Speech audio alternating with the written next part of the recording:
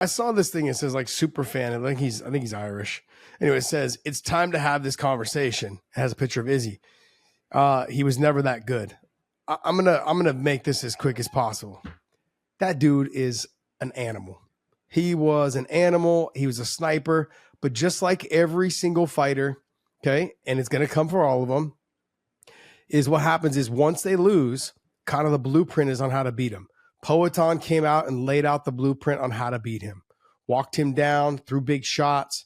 He doesn't fight as good going backwards. Sure, he's got knockouts, kind of leaning back over Robert Whittaker in those kind of exchanges. But let's be honest, he has that tall, long, lanky body that benefited him when he wasn't fighting guys that were as tall as him. Kelvin Gastelum, Robert Whittaker, not as long as him, those guys. And I've said this forever, man. I've said that body style is horrible to deal with in this sport of MMA. The long push kicks up the middle, the oblique kicks from John Jones, the long jabs, the long right hands, the long slapping left, like left hooks, whatever it is, the Nick and Nate Diaz from the long slappy hands. Like those are all things that work to them because they don't have to throw a lot of power. They can touch you from far out wide. So is Izzy, was this like a fraud check for Izzy, or was this he was never that good? That's a bunch of bullshit. Izzy was the man. And I'm gonna die on that hill, man. This kid was phenomenal, absolutely phenomenal. But once you lose, the confidence isn't what it was when you were making the rise. That's one.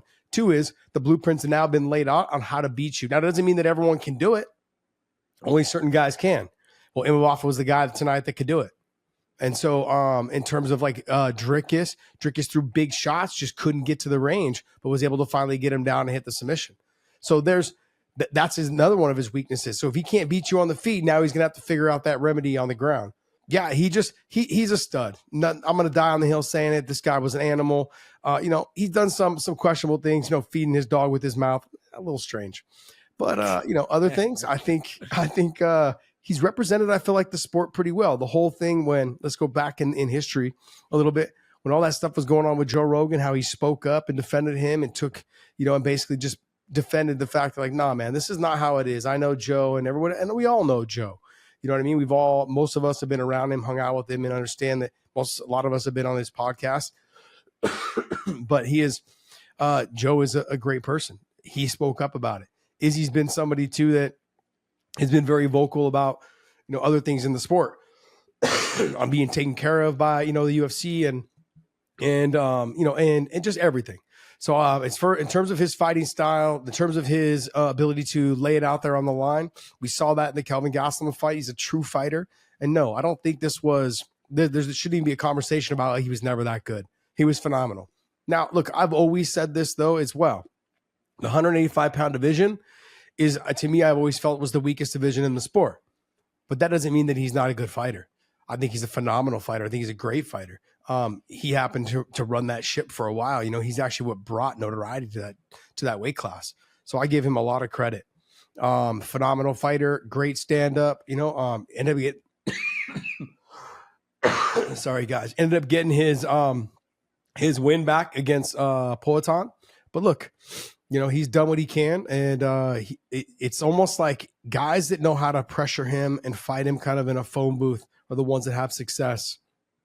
He's used to being able to reach out, keep the arm's length away because of his lankiness, his tall, long, and lanky body. He's been able to do that, like John Jones has, and other fighters have that are that style. Imavov, though, look, let's be honest.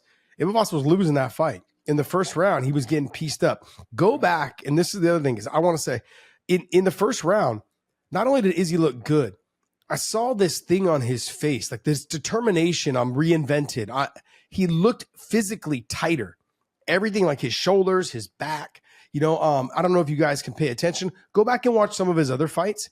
He was a lot more relaxed and more fluid. I understand that sometimes can work for you and work against you, but I felt like he was very focused and determined in this fight. Go and watch the fight again. Notice how he's keeping his jaw clenched. Notice how he's constantly keeping laser focused on Imavov. Right in front of him, he's never stopping. He never stops keeping his eyes off of him. He's always right there. He looked ready to go. Like it seemed like there was no outside distractions. He literally got caught with that shot, and the rest is history, man. He was Imavov. Go ahead. Do you think when he got poked in the eye, do you think that had anything to do with him not seeing that overhand coming? No, I don't He think told so. the ref, and then he got landed on as soon as he switched stances. No, I don't think so. I think just, anytime you get hit and, I mean, if he would have got hit in the eye good enough, he should have circled out and like kind of not ran, but, circled out, created more space and given the opportunity to circle out and give more space. He didn't do that. And I don't want to take anything away from Imavov, but the way that I look at this fight was Izzy looked focused. He looked ready. He was tearing him up in the first round. And he came out, took a big shot, and couldn't recover. And it was quick. It was quick from there. And that's the problem when you're dealing with guys. Not that they don't have to have one crunch, but they're finishers. If you go back and watch how Imavov finished that fight, he drops him, but he doesn't just start swinging wild. He literally like closes distance, pushes his hips into him, and then picks his next shot, which is with the left hand right to the side of the face. Like that was very clean. A lot of guys would have just ran and just started flailing, missing a lot of those shots and giving Izzy an opportunity to recover. We see it all the time.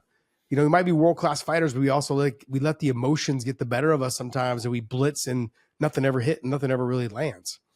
And so in this fight, though, I thought Imavov looked fantastic in that 30 seconds, though. But in terms of the first round, he didn't look good. He was having a hard time finding his range. He was having a hard time. I know that he was taking some big shots in terms of leg kicks.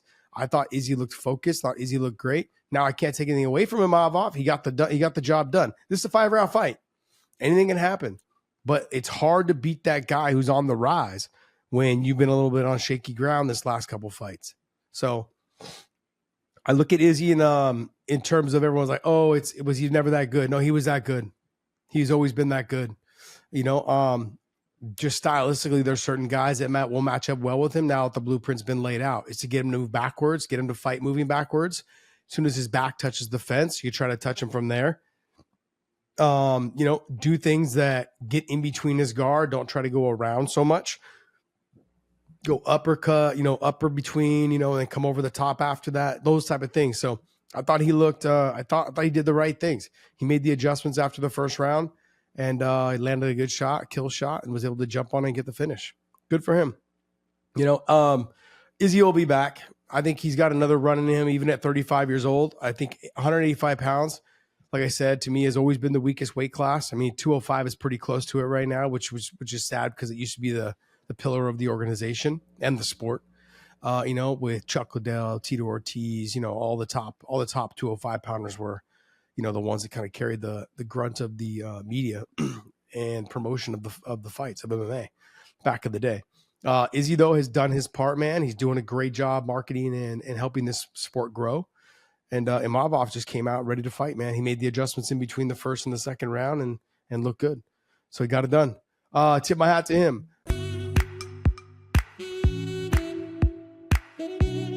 This episode is brought to you by BetUS. Make sure you guys YouTube 150 for the promo code. Also, Element, use the link in the descriptions down below. Any product you buy from there, they will send you a bonus package of product if you use our link down below. Element's amazing, man. I love it.